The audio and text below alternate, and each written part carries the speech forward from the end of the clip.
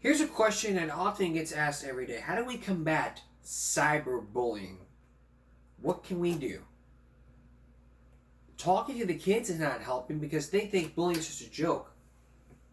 Go talk to these people out there that have committed suicide. Talk to the parents of children that have committed suicide. They'll tell you that it's not funny. It's not funny. You think suicide's a joke? You think hanging from your closet door is a joke? With an extension cord is a joke? It is not a joke, period. No excuses. I get it. I get where you're at. I mean, and you know, how do we combat cyberbullying? We create laws? Those probably don't help.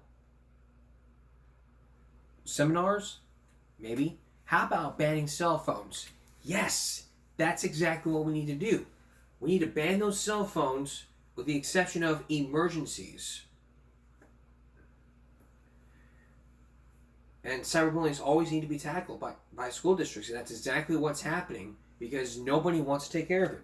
Take a look at this one. Can be a major problem in schools. Cyberbullying can be a major problem in schools, and some of our local school divisions say Governor Youngkin's ban on cell phones in classrooms in Virginia has helped a lot. During Bullying Prevention Month, 10 News reporter Keisha Lynn is working for you with how many cases of cyberbullying one local school is seeing. Jenna, Martinsville High sees about 3 cases of cyberbullying every week. That's according to school counselor Kristen Scott. She says the ban on cell phones has helped a lot. While she understands cyberbullying can affect kids at school, she says it's hard for the school to do a whole lot about it if it's something that's posted at home.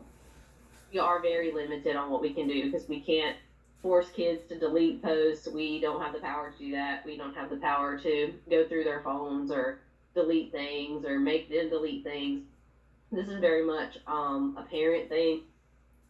Scott says they try to prevent cyberbullying from happening in the first place. She also says parents should try to be aware of what their kids are doing online. Meanwhile, I spoke with an elementary school counselor about cyberbullying. She says they really only see the issue with 5th graders. Have more access to social media at home, and so if we have a group, we've had groups of girls together that are saying mean things to other groups of girls, or they might be targeting one girl. School counselor Jane Garino with Falling Branch Elementary says when cyberbullying happens, they speak with everyone involved. They also teach them to think about what they're posting. Other methods that are being used to address bullying in schools are online right now on our website at WSLS.com. Keisha Lynn, 10 News, working for you. Think back to this person we talked about the other day. You know, we focused in on Chanchan Singh, who talked about cyberbullying a lot because there's been a lot of bullying going on. Now let's take you down to an anti-bullying seminar that's held at Morrison Schools. Against suicide, a suicide prevention and Speak Out Against Suicide, a suicide prevention and awareness organization, invited a speaker from Stand for the Silent to give an anti-bullying seminar to students in Morrison today. Kirk Smalley's son died from suicide over 14 years ago. Middle and high schoolers sat with Smalley for an hour and a half as he told his story. He spoke with them about the impact of bullying and its relation to suicide. He talked with students in Bellevue on Tuesday. Suicide is the second leading cause of death in children ages 10 through 14. Smalley believes having talks about subjects like this helps with preventing suicide. Most of those kids that have that plan think that they're all alone in this. They think nobody gets it, nobody cares, nobody knows what I'm going through. We have to learn that we can have those conversations, those hard conversations, and we can talk it out. We don't have to act it out. And that's the only way where we're going to stop it from happening. Smalley will share his story to Easton Valley students Thursday. If you are in crisis, call, text, or chat with the Suicide and Crisis Lifeline at 988. And again, this is like a talk show, you know, with a microphone in hand. I mean, everyone likes saying, okay, what's your theory here? It's like, gosh, you know, we're at impasses here. Impasses to where, you know, we deal with something like this, and believe me, you know, cyberbullying is number one on top of the list, because nobody actually cares about the people. I mean, you know, you pick on somebody and they think it's funny, which is not funny. I get where these kids are coming from, but you got to understand here, to solve the problem, there's a problem, you have to solve it. I mean, there's solutions out there. How do we get rid of bullying? Well, we put posters up on a wall. That didn't work. I mean, we try to talk to the parents. That probably will not work. If you can think of something else you might be a hero here. And it may be on the broadcast. But the thing I understand here is this, you know. Bullying seminars are like motivations, you know. It's like being motivated, you know. They look at this and be like, well, I better not be one of these people, because if I am, then this, that, and the third can happen. So that's how we get into cyberbullying. Sorry. But there are some serious problems.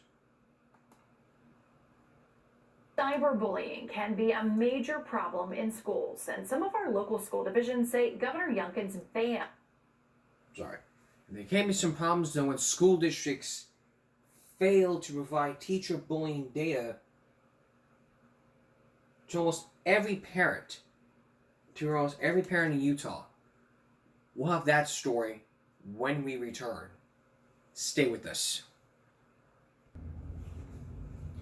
Earlier this season, we focused in on teachers in Texas who came forward to say that teachers have been attacked by students.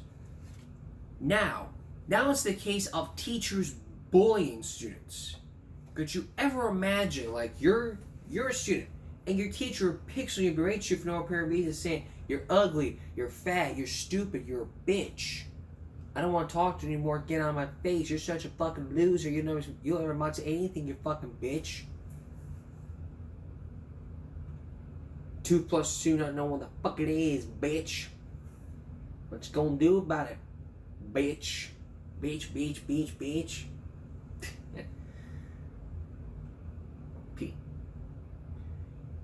But in Utah, in the state of Utah, there has been a bunch of bullying going on. Not the kids, those teachers. And as part of Bullying Prevention Month, we had to prevent this from happening ever again. And as we're about to show you, multiple school districts in the state of Utah failed to provide the teacher bullying data to the public, the whole community of Utah. Why? Take a look. Year, we get calls and emails from parents reporting what happens in the classroom. They say teachers are bullying kids, and it's damaging their mental health. The data we've received so far shows most cases are dismissed due to lack of evidence. If there was discipline, certainly we ought to say that, whether it's a parent or a journalist asking that question. Joel Campbell is a former education journalist and current BYU professor who had a hand in creating Utah's public record laws. He compares teachers to police officers. Both jobs are paid for with your tax dollars, and both are given an incredible amount of trust, which is why the law says you have a right to see their disciplinary file. A police officer may, in the line of duty, may shoot somebody, or a teacher may abuse somebody, and there needs to be a point of accountability. He says he was shocked and disappointed to see some districts refusing to tell us which teachers have been disciplined for bullying students, regardless of whether they were punished by the district or the State Board of Education. As a parent, I no longer have children in the system, but as a parent, I would want to know, is the teacher got it together, under control? Are they nurturing? Are they the kind of teacher that I want my student to have? Alpine District, for example, told us over the past 2 years, it's had 5 complaints of bullying and 0 sustained cases. But then we found the case of Lake Mountain Middle School teacher Brandon Beckstead, disciplined at the state level for comparing a Japanese student to North Korean dictator Kim Jong-un, projecting a picture of Kim Jong-un to show the class who he was. Over the past 2 school years, we found dozens of bullying cases like this one, But rather than go through them one by one, we wanted to see the scope of the problem. And the more we started asking questions, the more we realized some districts are hiding cases from the public. That's too bad. It seems like that all the districts ought to be able to be willing to cooperate. Some districts, like Granite, said they disagree with the state of Utah's definition of bullying. They think it's unacceptably broad. In August, they sent us 19 cases that they said meet the state criteria, but then asked for 15 of them back, threatening to sue us if we reported on those cases. They say technically none of their teachers have been disciplined for bullying, just improper conduct. One of the cases, initially withheld by the district, involved a 4th grade teacher at Mill Creek Elementary School, Brandon Riddle, reprimanded by the state for frequently yelling at and berating students, treating a student like a dog, and using extreme punishments for class.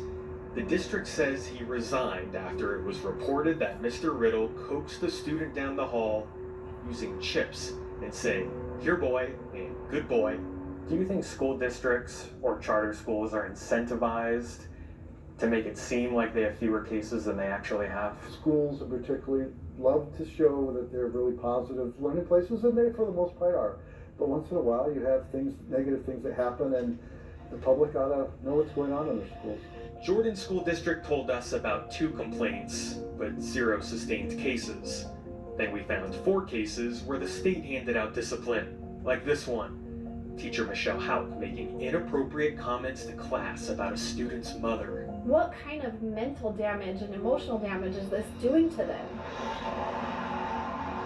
In Harriman, the principal told parents at this school they are not allowed to know what happened to the teacher at the center of their bullying complaint, even though the law says it's public. Your kids have been on the receiving end of some uncalled for, unprofessional behaviors. Unfortunately, I can't give you the feedback that would say, oh, and by the way, this is what we did. Sure. Washington School District initially claimed to have 0 sustained cases, but then we found Tawny Campbell was disciplined for licking students and taking them to Hooters. The district admits that case fits the definition of bullying, but was not investigated that way. Weber School District identified 67 complaints and 18 sustained cases, but refused to provide any employee names and declined all interviews. Tooele School District told us it didn't have easy access to bullying records, so they tried to charge us $950.15. That's ridiculous. I have a hunch that if the Tooele District just asked all of its principals to give us some cases, they probably can name them. If there's a complaint against a teacher, I'm sure there's somebody that deals with it. If you have questions about your kid's teacher and the school isn't answering those questions, send us an email so we can help you fight for those records. Reporting in Salt Lake City, Adam Herbets, Fox 13 News. I believe the state, the school districts are violating the law, but that doesn't mean we're finished talking about this story. When we return, we're going to go back to... When we return, we're going to have more about all these... Because there's more to this, because really... Yeah, we're going to take another break here, because really, this is just getting way out of hand here. When school districts violate state law, they could sit there in court and defend themselves saying, well, we have to protect the safety of our teachers. We can't just simply give out this information here. If we... I mean, the public, we have the right to know. Sure, you can protect the students, but you can't protect the teachers. We're paying for it. Money. We're paying you. We're paying the school districts thousands of dollars for millions of bucks of our tax dollars up our asses. You know why we're doing it? Because of you. We tell you what we need to know. Like, I want to know who's his teacher and who's she picking on. And charging you $950 for knowing the cases. Shit, you can charge me $5.50 each case. She can charge me $1 per case. and I wouldn't even do it for free. Like going on Jeopardy. Aerodynamics for $400. I don't want aerodynamics is for $1.25. I would not know that. Even then, I would not know it.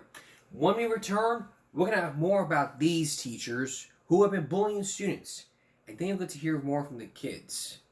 As the state of Utah cracks down on schools not publicly giving out the information to the whole public, especially to the news media. Stay with us. Returning to our look about teachers bullying students, teachers bullying the kids, and parents and the whole public not getting the whole information, not giving the whole spectrum of the rainbow. You go to Utah, you ask for the public records, you ask for everything, and then they charge you almost $1,000, over $900 worth of each case. You say, okay, you want this case? Okay, you gotta pay us this much money. And like, we know what it's like.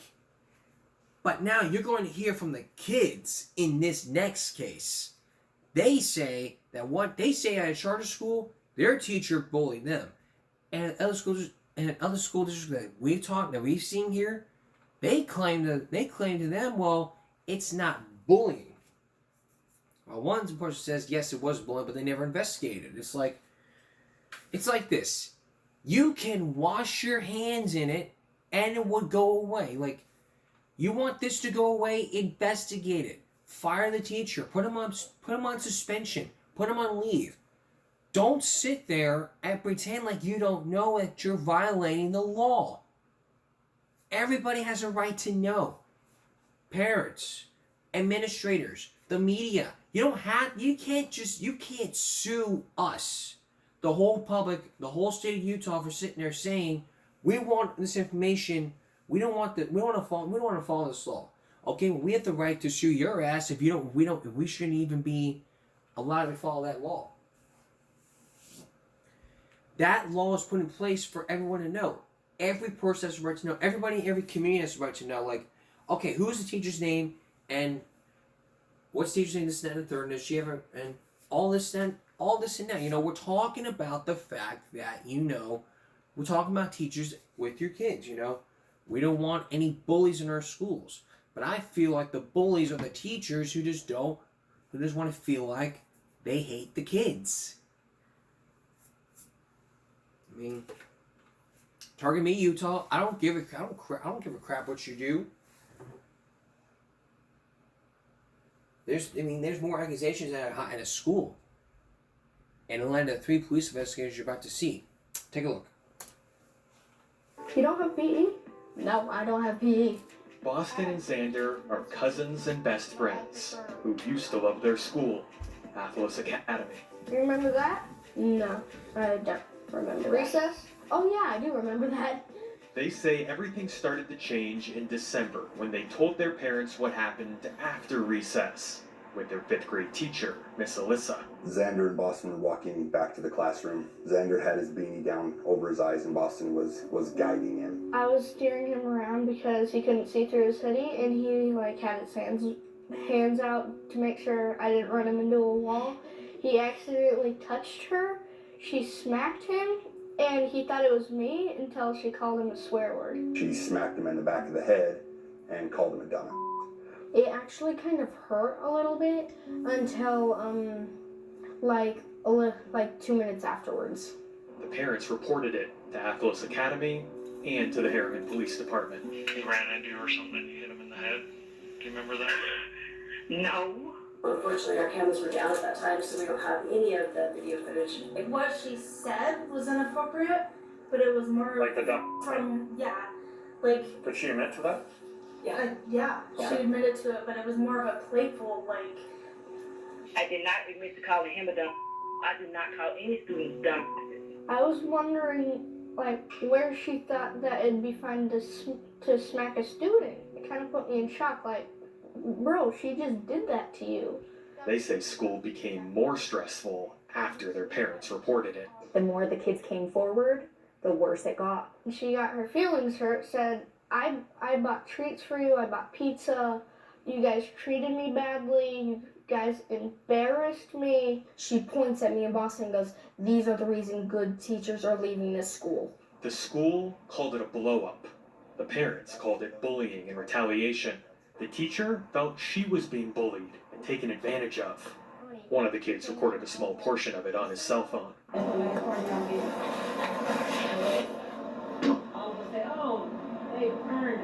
I resigned in December because it was just too much.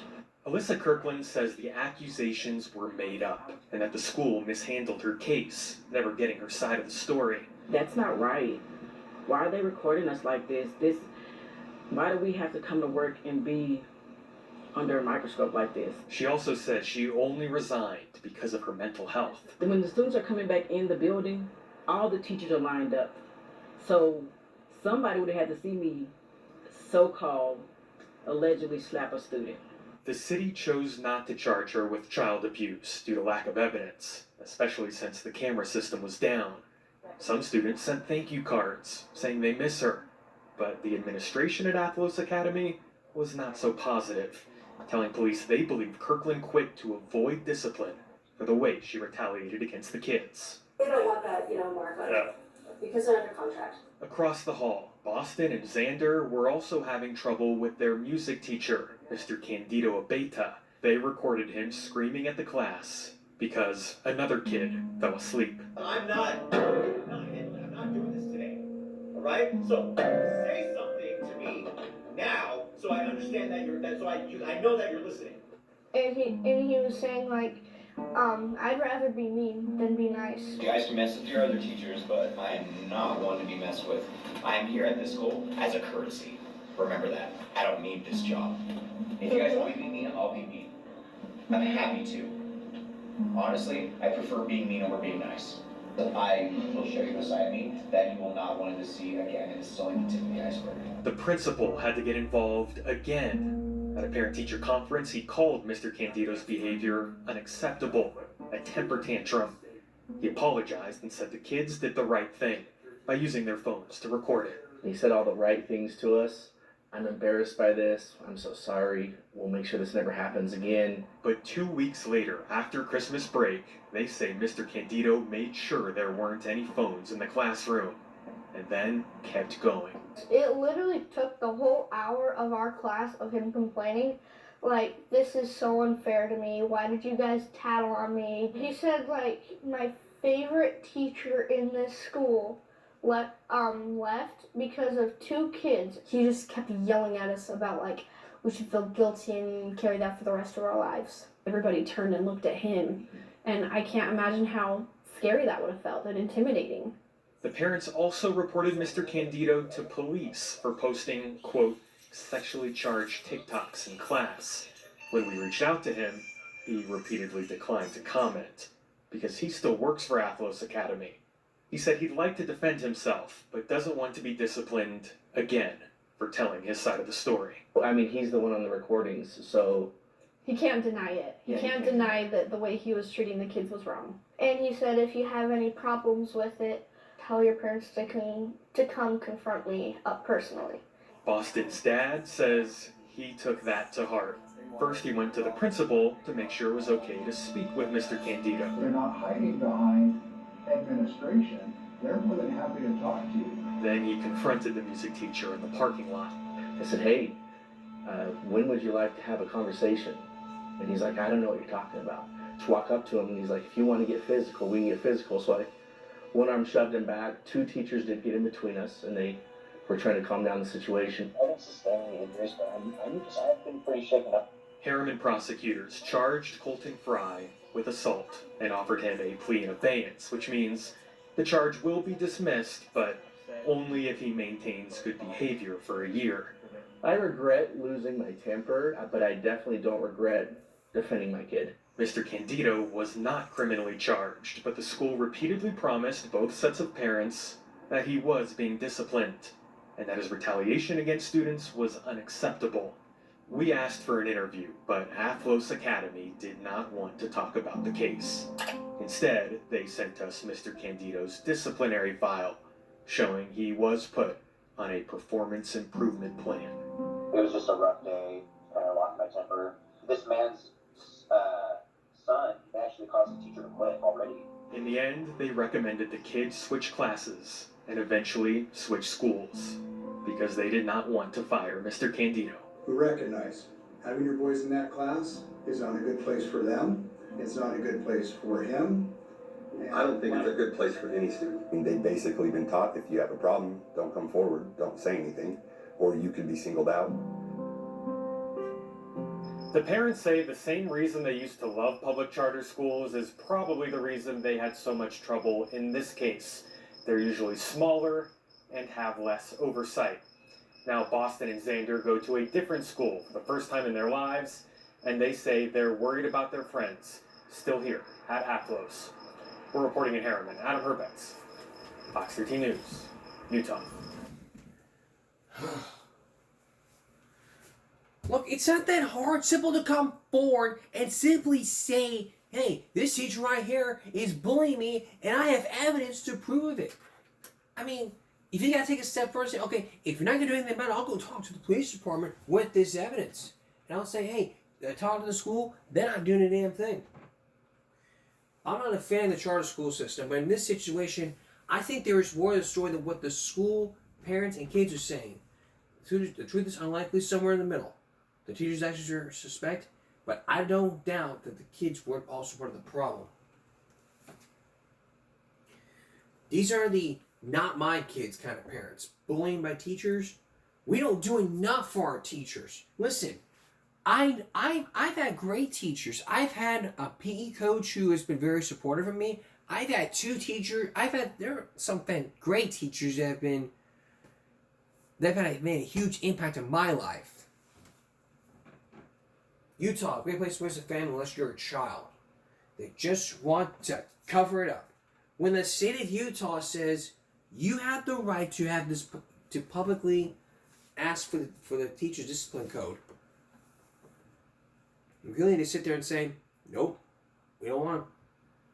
It's like, we don't care. We know, but we don't want them.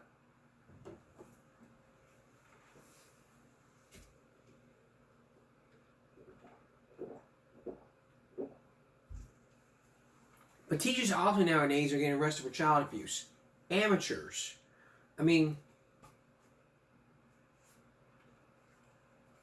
you would be sitting there doing your work, and all of a sudden you see a teacher berating a child, and you get actually recording it. She just knows that the teacher's being recorded. You're being recorded. It's like,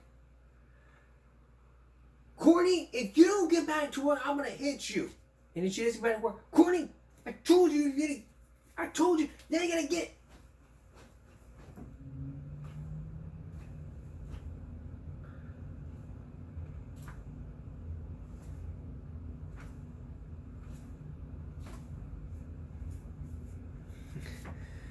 Other people, I know that guy was there all the time. I know that guy hit me, but when I get home, I'm gonna come up the ground, I'm gonna hit you so hard. It's also like going to the chamber to beat your ass. No, I won't. Okay, come on. Oh, we're gonna try this, son, okay? Don't run! Move your hand! Ow! You stepped on my toe, you little fuck!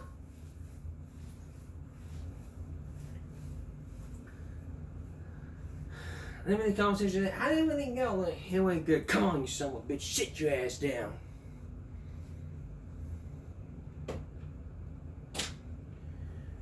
It's how it is with these people. Nobody wants to do a damn thing but just cover it up and pretend it doesn't exist.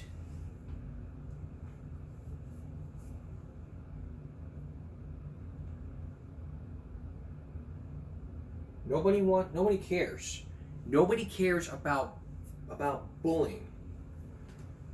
Tell it to the school district, they'll tell you, yeah, well, we don't want to hear it. We don't care.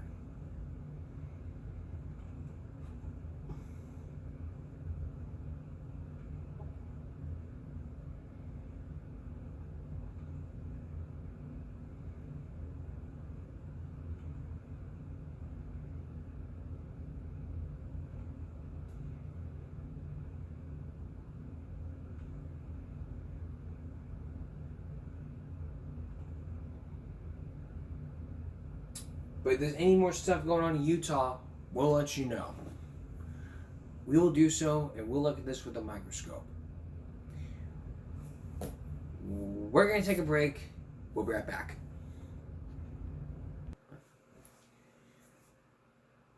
Throughout all these years, we focused on a lot of truancy. And I think it's time we take a second look into parents being arrested just for not sending your child to school. So let's look at a few examples, starting in California, and then we're going down to Georgia. Show up to class, so the parents ended up in handcuffs. Well, their children didn't show up to class, so the parents ended up in handcuffs. Local law enforcement hopes it sends a strong message to parents to get involved in their child's lives. Well, tonight, KCRA3's Leticia Ordaz spoke with some mothers who spent the day behind bars. My son is in a charter school program, and they still arrested me. Tonight, this mother who would not give us her name was released after spending the entire day locked up at the Sacramento County Jail. How did you feel, though, to be arrested today? It's degrading, it's humiliating, it's harassment. Today, 100 officers throughout Sacramento joined forces with the district attorney's office to arrest nearly 40 parents who had warrants for not sending their children to school. The importance is that we want to get a message to the parents that you need to send your kids to school every day and be on time every day. We want to get those kids educated so they don't fall in the cracks, they don't get in trouble with the law. It's a message this parent got quickly. When she was released from jail this evening, she was too upset to talk. Her brother Richard, who would only give us his first name, told us the truancy sweep targeting parents was unfair and humiliating. Oh, I'm not happy because I feel it was a waste of time. I feel that they could have spent this time going after criminals, looking for a child, not doing a truancy sweep. See the hoods that they're wearing. Obviously, they know the school has cameras. Vince Matrenga is the police chief for the Sacramento City Schools. He can only hope the sweep will get more students in the classroom during school hours and fewer teens destroying school property after hours. When kids don't go to school, everyone loses. Many parents are bailing out of jail tonight, but one mother who's been arrested before will have to stay here for 45 days. In Sacramento, Leticia Ordaz, KCRA 3 reports. Now here's the Georgia one, you know. This had to be one of my favorites, you know. We do not have a working alarm clock. And I'm like skeptical that you have a working alarm clock. These two Georgia parents, Ryan and Stephanie Kane, face charges for a crime you don't often hear about. They may be punished for not sending their kids to school. Truancy. Channel 4's Chris Brento is joining us live. Chris, police say they had no choice but to charge these two. They do. That's the claim, according to the St. Mary's Police Department, that these parents allow their children to miss so much time from school without any excuses that they had to make an arrest. That comes even after the mother had signed an agreement with the school district that she would get things under control and the students wouldn't miss any more time. According to the St. Mary's Police Department, Ryan and Stephanie Kane are both facing 4 counts of not sending their children to school, each a misdemeanor. Police say from 2005 through this year, the 4 children have combined for 81 unexcused absences and 117 unexcused tardies. Police say February 9th, the mother was ordered to go before the school board and signed an attendance agreement guaranteeing her children would regularly attend class. Since that attendance agreement was signed on February 9th, we have an additional 8 days of unexcused absences and an additional 5 days of tardies for pretty much each of the children. They're required to attend some sort of school, and if they fail to attend some sort of school, whether it be private or homeschool or public school, they would be in violation of this law.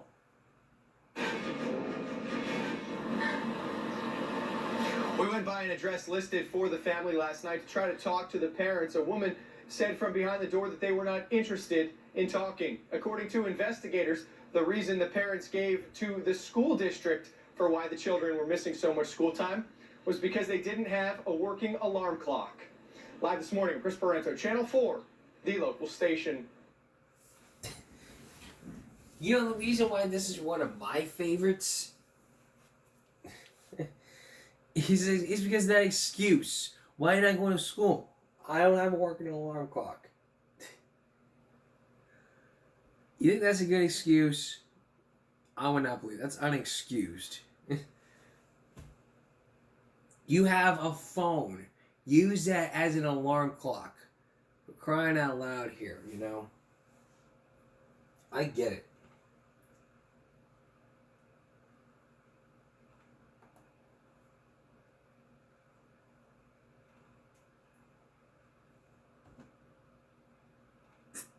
For the crack. Even Judge Nick Coons of the A Montgomery crackdown County. Montgomery County. Let's take a look at this one.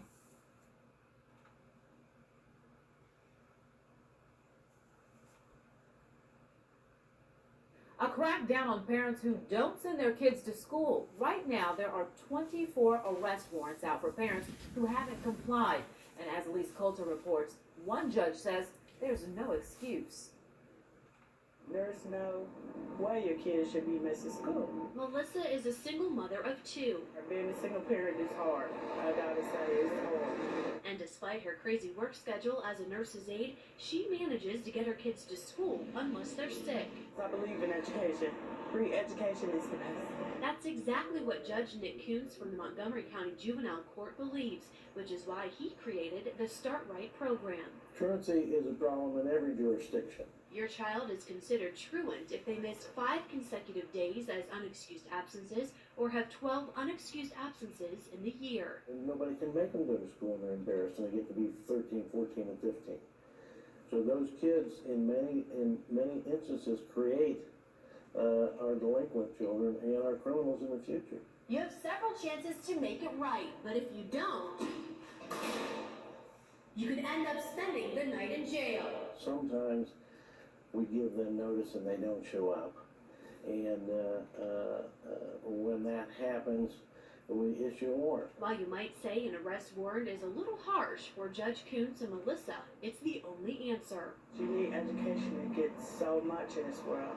It saves more children. I feel like I'm saving children every day that I have one of those hearings. Reporting in Dayton, Elise Coulter, ABC 22 News. If parents refuse to comply, they can be charged with a misdemeanor contributing to educational neglect or failure to send their child to school. There's also a charge of contributing to the delinquency of a minor. Which brings us to our second look into a mom in the state of Iowa who was arrested for not sending their child to school. No one is quite sure how it's enforced. I mean, this is in Iowa. And keep this in mind. Iowa is very strict when it comes to truancy. The law says that your child is going to school every day. If your child doesn't go to school, then you as a parent can go to jail.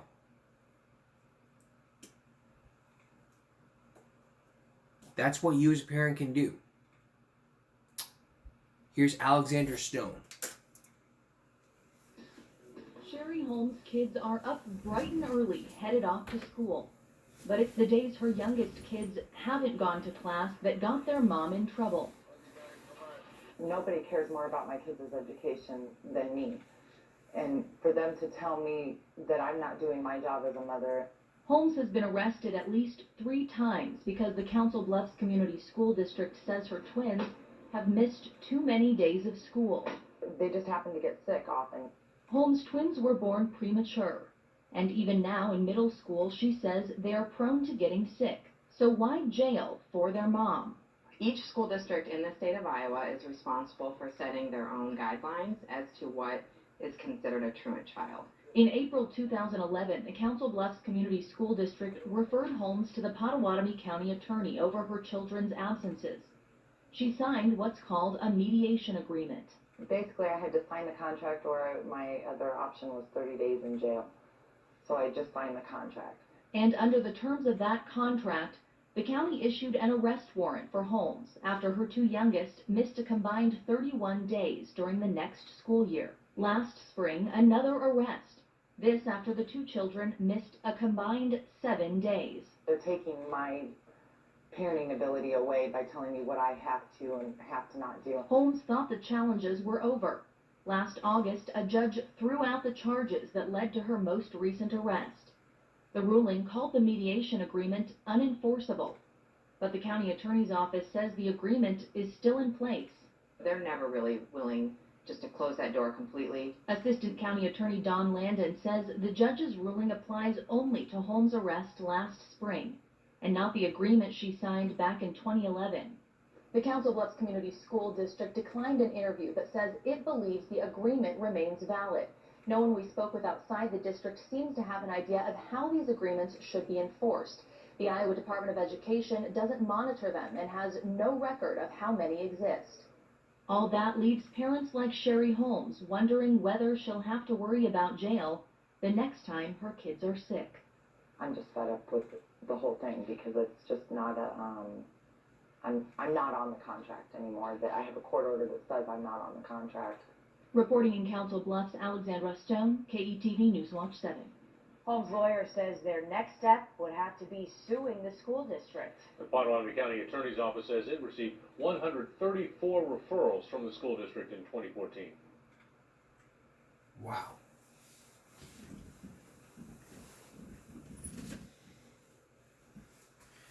You almost feel like you're in that situation here. We'll be back. We did our second look into parents getting arrested. Now it's time for our second look into truancy court. This is one of the biggest ones ever we cover, because truancy court, if you have combined 7 unexcused absences after parent conferences, then you have to go to truancy court. Basically what that means is you have to appear, you've got to appear before a judge, the truancy judge in your state. And they're not there to hurt you, they're there to help you. I mean, nonprofit groups, organizations, programs that help you out here. I mean, juvenile programs, and even, it's their solutions, you know. Back in 2003, and if you were accused of not going to school, you had to be wearing ankle monitors and jail time and cuffs. So let's go back to Nate Koontz, who started the Straight Right program, and even then he meant business when arresting parents. Take a look. The first case is case number... One by one, Friday morning, they appeared before Montgomery County Juvenile Court Judge Nick Koontz. All of these parents were rounded up Thursday, accused of being negligent in their children's education by not sending them to school. We have what we call a Start Right program, and in that program we bring parents before the court whose children are not getting to school. This is the war room where Dayton Police, Montgomery County Children's Services, deputies, and Dayton school officials met to hear the plan. The charge before the court is a serious one that carries a potential penalty of up to 6 months in jail and a $1,000 fine. The warrant served were for misdemeanor offenses for failure to send their kids to school, and for that, these parents spent the night in jail. Some of them had ignored the court's numerous attempts to show up before Judge Koontz. Last school year, one of the children actually missed 105 days of school. This school year, one of the children has 10 days, and they're fighting going to get another referral this school year. Another child missed 85 days of school last year. And some of them were difficult to find. Your Honor, the family is currently residing at the shelter. But after this appearance, getting their children to school will probably be a priority. In Dayton, Marcia Bonhart, 2 News. It just. Now, some of the parents were released with instructions to report to Montgomery County Children's Services for guidance. Others remain in jail under bond.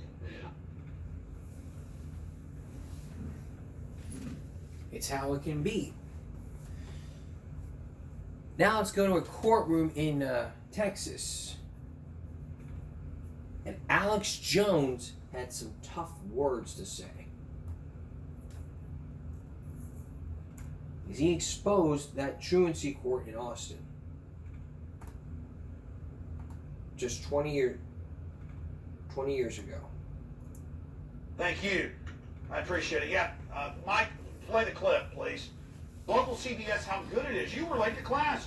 You're on probation and drug tested. Go ahead and play it. Serious problem. Yolanda? The truancy court is a pilot program that will last until September. It's a very serious court. Studies show juvenile delinquency often begins with kids cutting class. And the program's goal is to get kids going to class. This may not look like a courthouse. My concern is that you go to every class every day. And this may not look like a courtroom, but these kids are in serious trouble. Judge Jean Muir is hearing 36 cases of kids cutting class. If you lie to me, I'm going to put you under oath. If you lie to me, it's called contempt. Contempt means I can lock you up. In this case, the judge suspects the student has more problems than skipping school. The judge orders a drug.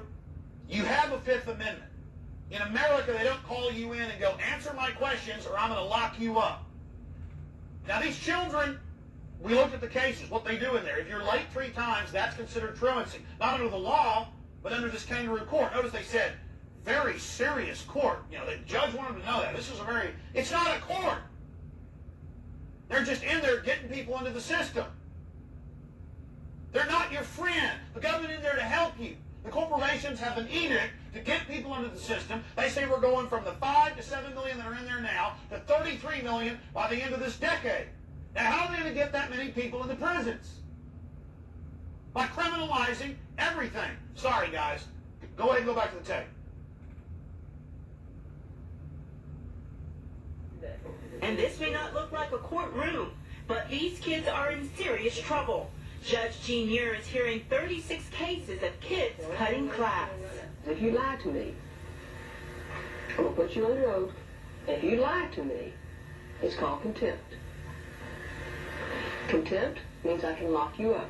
In this case, the judge suspects the student has more problems than skipping school. The judge orders a drug test. You understand me? Mendez Middle School students caught cutting class will meet here. So, you're late to class 3 times, because a few years ago we did these case by case, and now it's expanded all over the city. You're late to class 3 times, and they call you in, and you sign a form saying you're on probation. It wasn't a court. You weren't found guilty. It's just sign this form. I ordered you. I'll arrest you if you don't. Okay, and then you just put yourself into the system for life. And then she goes, she suspects. She suspects. Ooh, she's psychic. My God, she's the oracle. We go to the oracle out of the hole in the rock. She tells us what to do. She suspects. Yeah, vote her out. Vote her out when the election isn't even here in town. When it's all run by the government. When there's no voting record.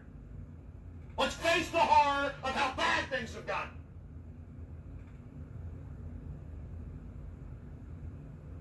So you just heard it. And that's not 1/1000th of how bad it really is. Go back to the tape, please. Week, along with their parents, probation officers, a judge, and truancy officers. If the court could come to us, then that way the neighborhood and the community can't say, well, it's too far. These students, like all the others today, receive something called deferred prosecution. That means if they go to class for 60 days straight, their past problems won't go on their records. We, the parents, you know, what we have to do is support kids.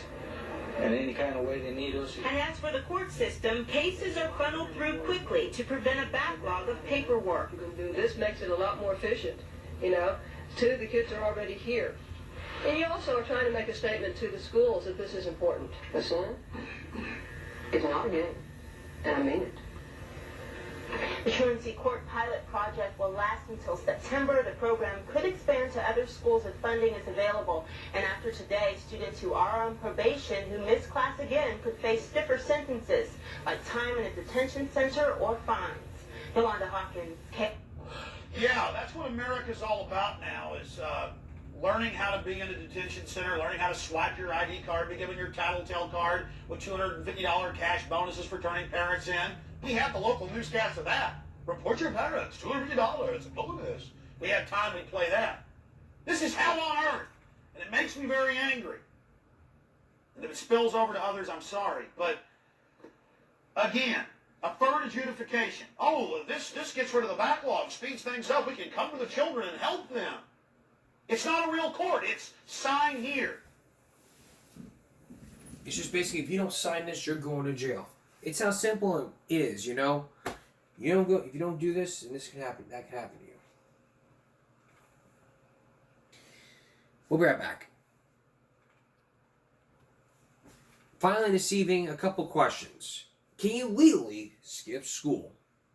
3 ways you're legally allowed to skip school. Yo, Teach, they just said they're not gonna let me walk at graduation. They said that you marked me absent too much. Yeah, that's what happens when you're absent. Mike. Number 1, if you do have to miss class, make sure it's within your school's list of approved excused absences. Things like being sick, seeing a doctor, religious holidays, and family emergencies. See, you can't flunk me because I'm sickly, religious, and my family's in shambles. Oh, sure. Like I haven't heard all those excuses before. Number 2, always provide evidence of your excused absence with proper documentation, like a doctor's note or a letter from your parents. Here's my doctor's note.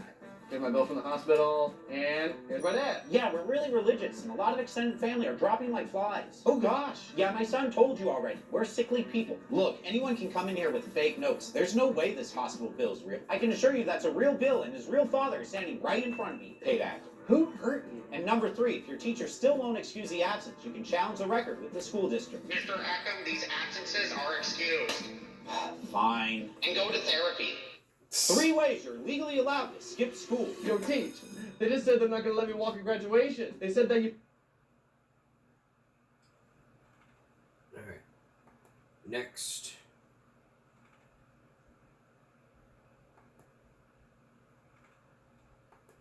Breaking school rules worldwide. School rules. First, don't forget your helmet. In China, school has started making all its students... Can you go to jail for skipping class? Yo, Teach, found this guy playing hooky. Get off me.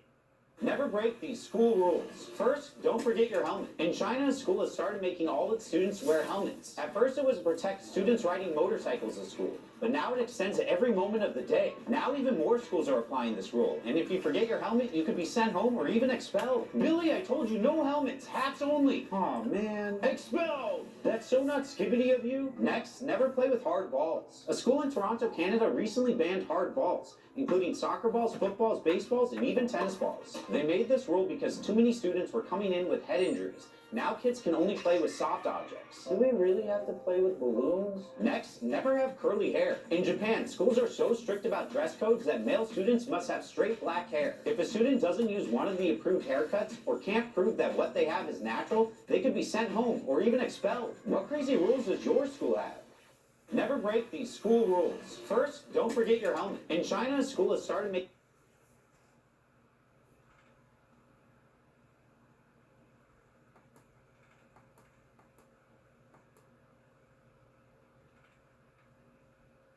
Here's what happens, and finally, here's what happens if you don't put your phone on airplane mode.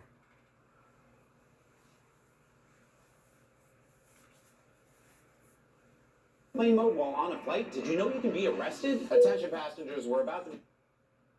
This is what to do. If you don't put your phone on airplane mode while on a flight, did you know you can be arrested? Attention passengers, we're about to begin takeoff. Please put your phone in airplane mode. No way I'm doing that. Sir, I really need you to put your phone in airplane mode. You should really listen to her, because according to FAA guidelines, refusing to put your phone in airplane mode while on a plane is illegal. What? Why? Because there's a risk that your cell signal could interfere with the operation of aircraft equipment. Yeah, but the flight attendants don't actually take that stuff seriously. Unfortunately, that's not true. You'd be committing the crime of disorderly conduct. You're more likely to get arrested for not turning it off. Who cares? I'm about to get a new high score. Sir, I will not tell you again. Oh, come on, lady. We're up in the air now. Come on, man. Don't you know they can land the flight and kick you off? They do it often to passengers that don't listen. I don't care. I'll just get on another flight. Don't be so sure. You could be given a misdemeanor charge and prevented from flying in the near future. Man, America is so strict. America is actually really relaxed about this stuff. In China, a man was put in prison for 5 days. Okay, you made your point. I'll turn on airplane mode. Okay, good. I can finally get some sleep. If you don't put your phone on airplane mode while on a flight, did you know... Bottom line here is this: make sure your phone's in airplane mode the next time you're trying to book a flight. That's Give Me a Break for That's Give Me a Break for Friday going to Saturday. I'm Jonathan Carmody. I'll see you back here Monday night. For all of us here at YouTube, and Give Me a Break. Stop bullying, speak up. Concentration, not strength. No jaywalking. Good night.